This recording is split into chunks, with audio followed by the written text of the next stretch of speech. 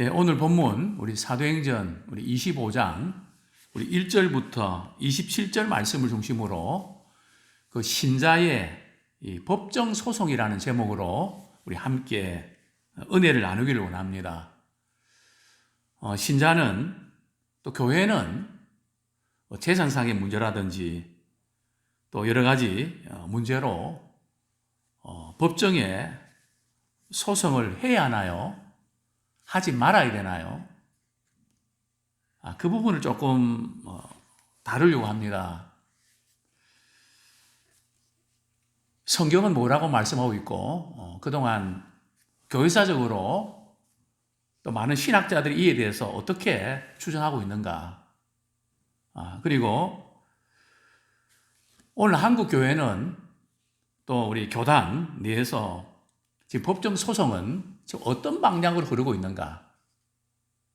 우리가 좀 지향해야 될 부분은 뭔가? 그 부분을 조금 다루고 싶습니다. 먼저 우리 신자가 법정 소송을 해야 되나요? 하지 말아야 되나요? 어떻습니까? 내가 재산상의 손해를 입었는데 성경에 보면 소송하지 말라 그랬으니까 내가 재산권에 침해를 당하면서 그렇게 손해보고 말아야 되는 걸까요? 집이 넘어가게 생겼는데 그냥 포기하고 거기서 나오라는 말인가요? 또 교회는 어떻습니까? 이 법정 소송 문제에 대해서 크게 두 가지 견해가 있습니다. 자, 첫 번째 견해는 절대로 신자는 법정 소송을 하면 안 된다. 이것을 강력하게 주장하는 분이 있습니다. 그러려면 성경적인 근거가 있어야죠. 우리 고린도전서 6장 1절, 2절 말씀 우리 같이 한번 찾아보겠습니다. 고린도전서 6장 1절, 2절.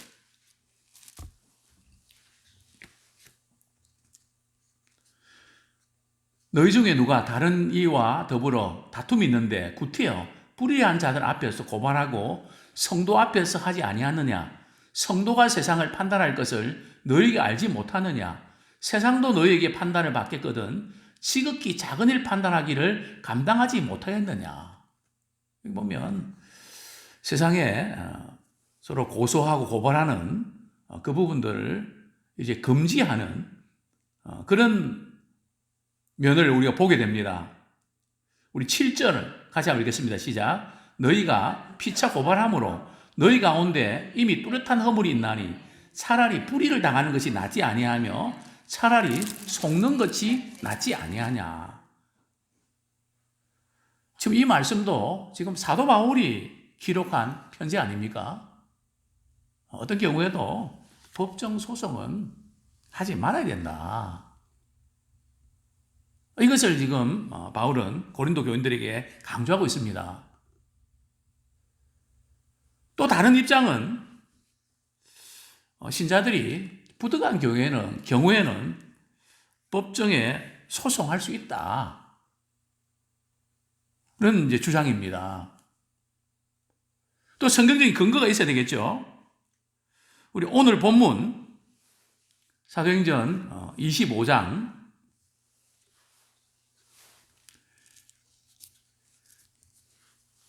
우리 11절 말씀 같이 읽겠습니다. 11절 시작.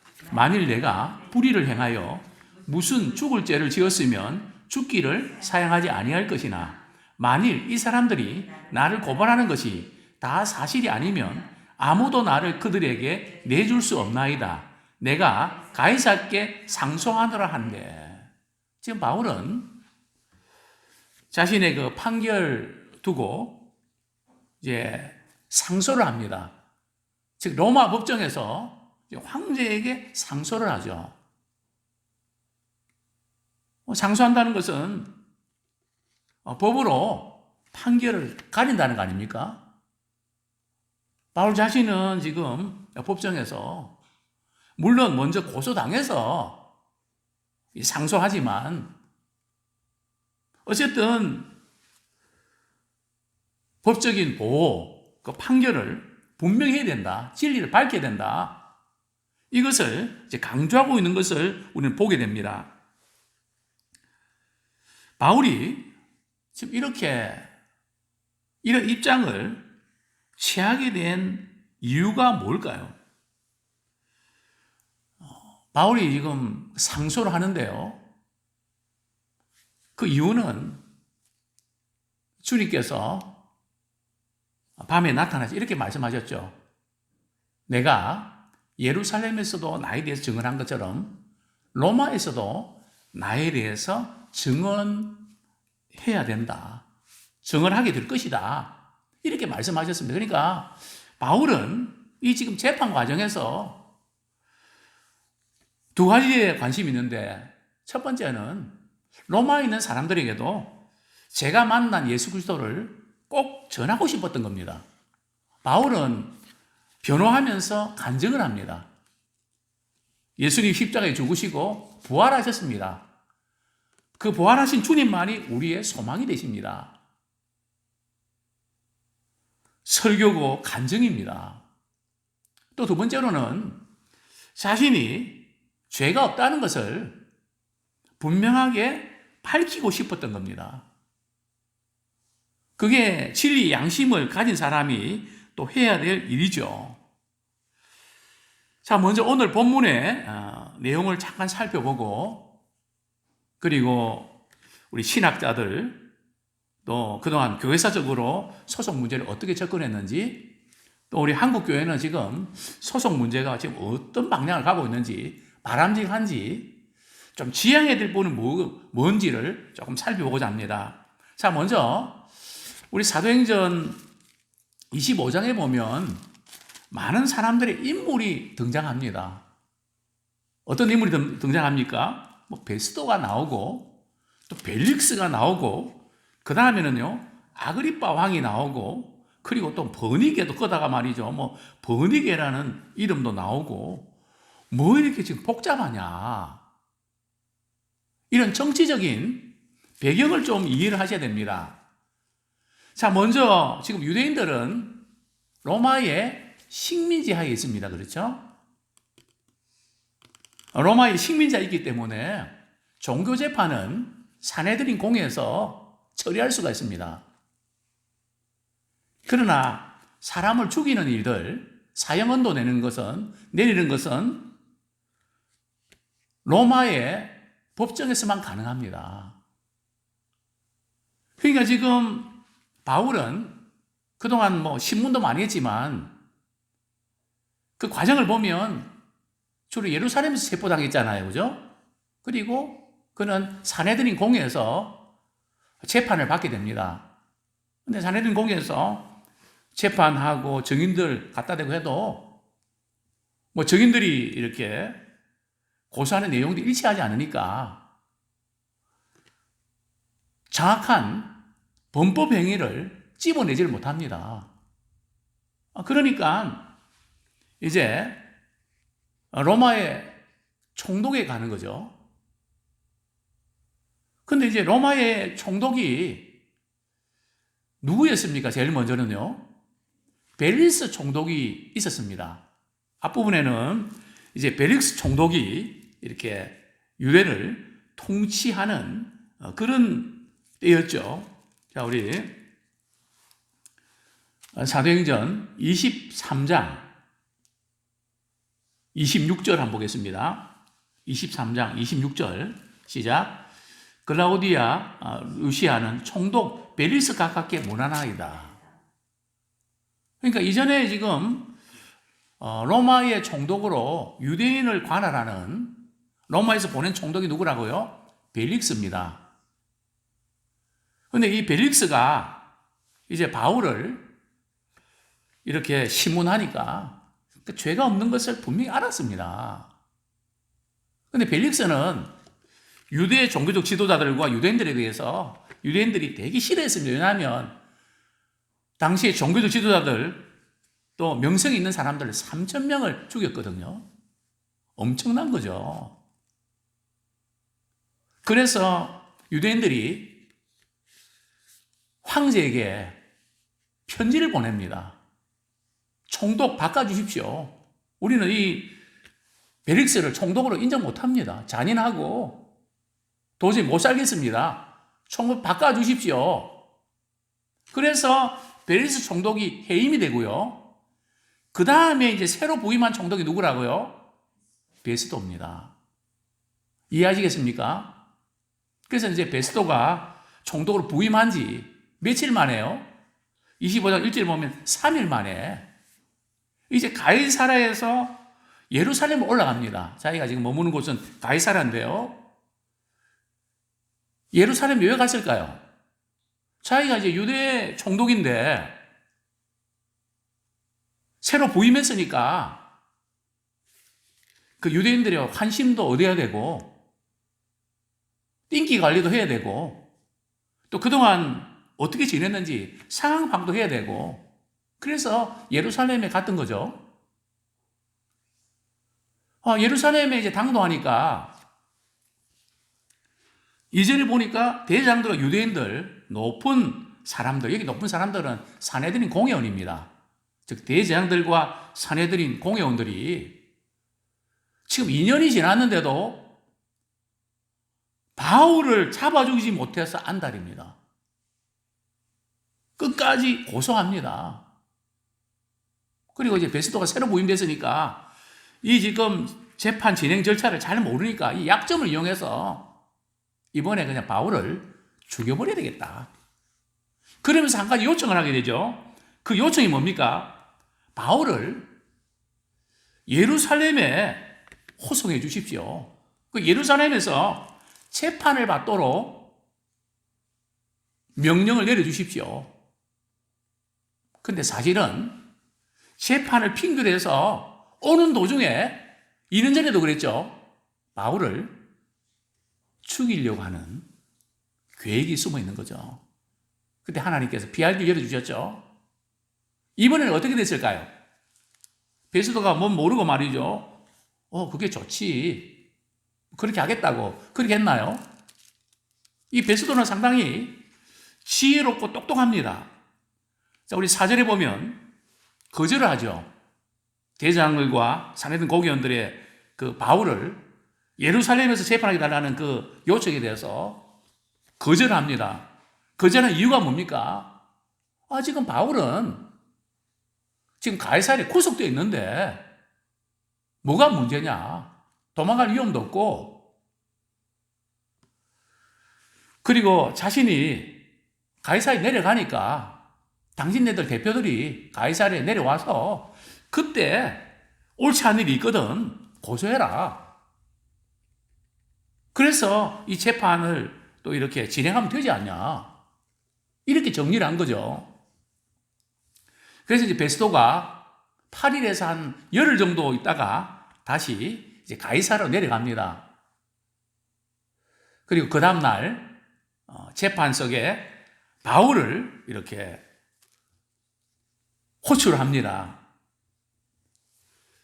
자, 7절.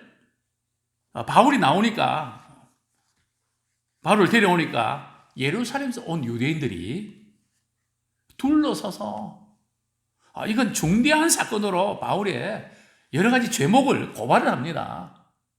그러나 문제는 결정적인 증거를 대지 못합니다. 그러니까 바울이 이렇게 변호합니다.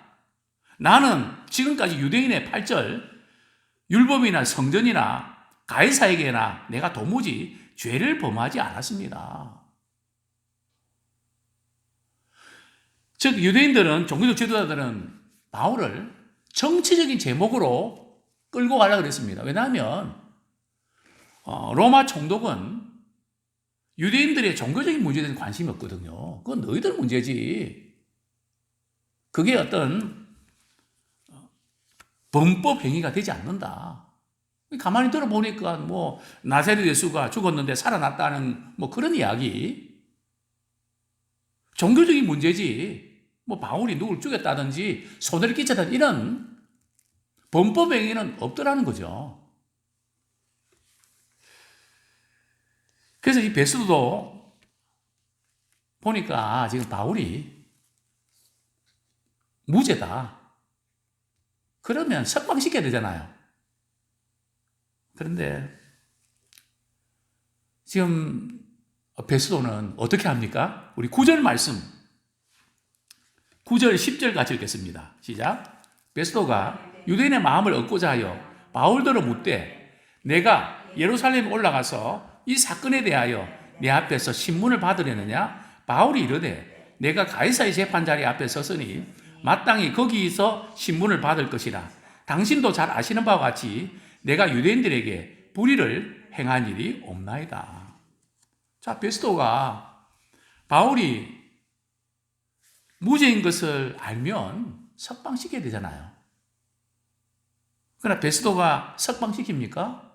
벨리스가 석방을 시킵니까? 왜 붙잡아둡니까? 그 이유가 뭐라고요? 유대인들의 환심을 얻기 위해서. 왜냐하면 이 로마 총독은 유대인들이 이렇게 데모하거나 불편하면 그래서 황제한테 편지 보내고 그러면 잘린단 말이죠. 그러니까 유대인들의 마음을 얻고자. 재판하는 사람은 대통령 눈치 보면 안 됩니다. 집권당의 눈치를 보면 안 됩니다. 그 사람이 돈이 있고 힘이 있는가? 또 내가 이 재판을 하면 나에게 무슨 이익이 있느냐? 내가 어떤 점에서 불리한가? 그런 것을 따지면 안 됩니다. 그것이 정말 죄인가 아닌가? 공의로운 판결을 내려야지. 기득권 가진 사람들, 힘 있는 사람들, 그 편에 서서 판결하면 안 된다는 거죠. 또 국회에 휘둘리면 안 된다는 거죠. 상권은 분립되어서 올바른 판결을 내려야 됩니다. 근데 성경에 보면 지금 베스도 총독 같은 경우도 그냥 여론, 판사가 국민들의 눈치 봐도 안 되고요. 그 사건에 대해서 공의로운 판결을 내리기를 원합니다. 그래야 나라가 바로 세워지죠. 이제 베스도가 바울에게 이런 제안을 합니다. 혹시 예루살렘에 올라가서 재판을 받을 의향 없냐? 지금 대장과 사령 공회의원들이 말이죠. 베스도 요청이 바로 그거 아닙니까? 한번 떠보는 거죠. 그러면서 바울이 좋습니다. 그러면 유대인들의 마음을 얻잖아요. 참 지금 머리 굴리고 면서 그러니까 바울이 나 싫다고 나는 가이사의 황제에게 나는 재판받고 싶다고. 왜냐하면 난 로마 사람인데 나의 신상 문제, 사형 문제 이런 부분은 유대인들이 판결할 수 있는 거 아니지 않냐고. 아무런 의미가 없지 않냐고. 나는 가이사에게 재판받는다고. 그래서 나는 가이사에게 상소한다고. 그러면서 11절에 보면 내가 뭐 불이행했으면 난 마땅히 죽는 거 각오하고 있습니다. 그러나 그게 아니지 않냐고. 자기를 변호하면서 가이사에게 상소하겠다 하니까 12절에 보면 베스도가 말이죠. 거기에 배심원들과 함께 의논해서 판결을 내리죠. 내가 가이사에게 상소하였으니 가이사에게 가라. 이제 가이사에게 보내는 거로 이제 결심을 굳힙니다. 자, 며칠 후에 어떤 일이 벌어집니까? 아그리파 왕과 버니게가 베스도에게 문안하러 가이사랴에 와서 이게 무슨 의미일까요? 베스도 총독이 이제 유대의 총독이 됐다는 것을 새로 부임했다는 걸 알고 유대 왕 아그리파 왕인데 여기 아그리파 왕은 아그리파 2세입니다. 우리 사도행전 12장이죠. 사도행전 헤롯이 충이 먹어서 사도행전 12장일 겁니다. 예. 예. 사도행전 12장 예.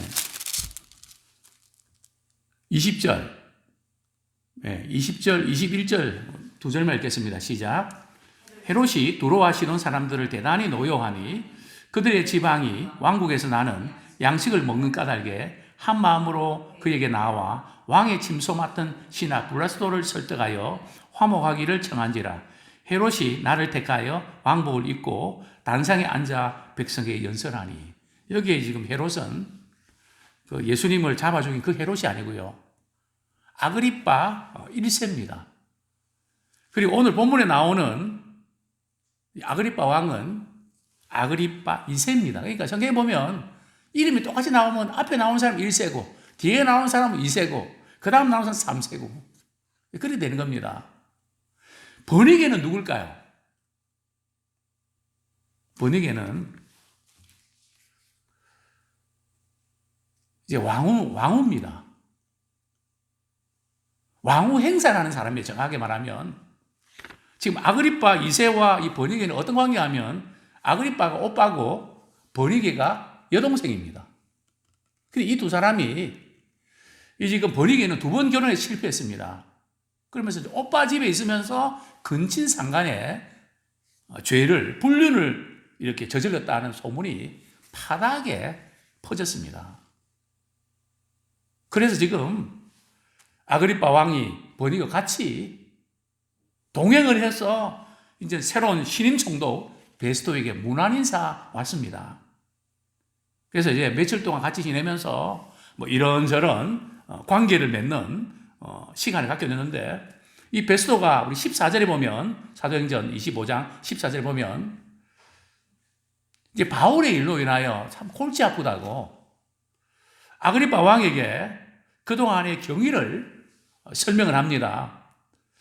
전임 총독 벨릭스가 한 사람을 고려해 뒀는데 그 사람 누굽니까? 바울입니다. 15절에 보면 예루살렘에 갔을 때에 유대인 제장들과 장로들이 그를 고소해서 유죄 판결을 이렇게 요청을 했지만 피고가 원고들 앞에서 고소 사건에 대해서 변호할 기회도 안 주고 유죄 판결을 내리는 것은 로마 법상 불법이다. 그건 안 되는 거다. 그래서 이제 정식으로 가이사랴에서 재판을 하게 됐다는 거죠. 근데 아니나 다를까 자기가 조사해 본 결과 이 사람에게는 자기가 생각했던 악행, 그런 것은 없었다. 그 악행은 정치적인 반란이라든지 사람을 죽이고 이런 것은 없었다. 다만 그들의 종교 문제였다. 그게 바로 19절입니다. 그래서 내가 바울에게 물어봤다. 당신이 예루살렘 올라가서 재판 받으려냐? 그러니까 바울이 나는 가이사에게 재판 받겠다. 그러니까 이제 아그리빠 왕이 경위를 가만히 듣고 베스토이 뭐라고 이야기합니까? 22절에 보면 나도 이 사람의 말을 듣고자 하노라. 나도 이 사건에 대해서 좀 더 알고 싶습니다. 그러니까 베스토가 뭐라 그럽니까? 내일 그러면 이 재판에 참석해서 그 경위를 들으십시오.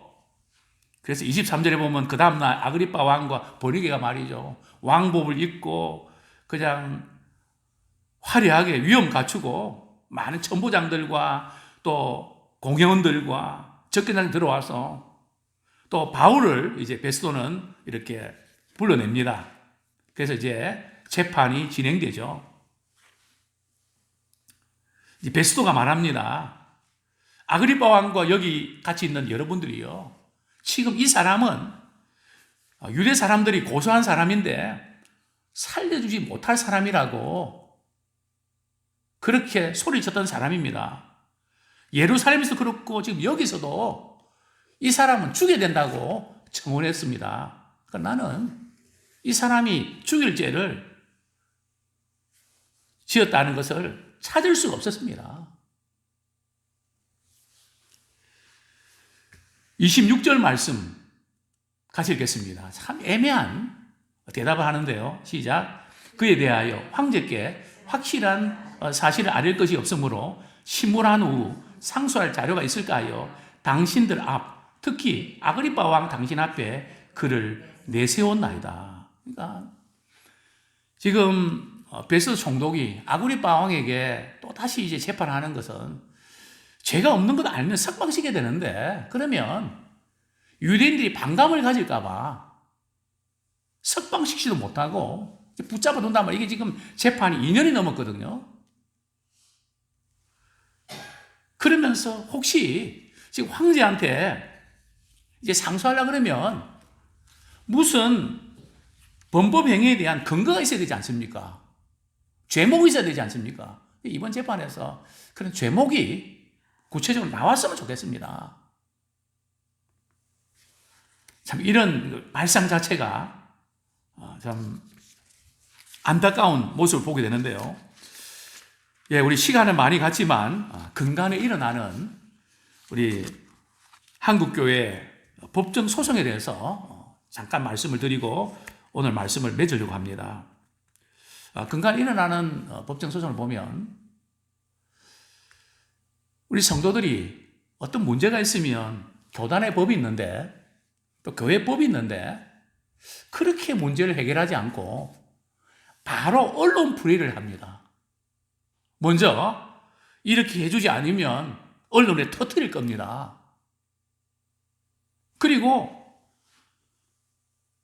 그게 안 되면 바로 세상 법으로 나갑니다. 지금 천주교는 그렇게 안 하거든요. 불교도 그렇게 안 합니다. 유일하게 기독교만 언론 풀이를 하고 있다는 거죠. 교회의 위상이 완전히 추락합니다.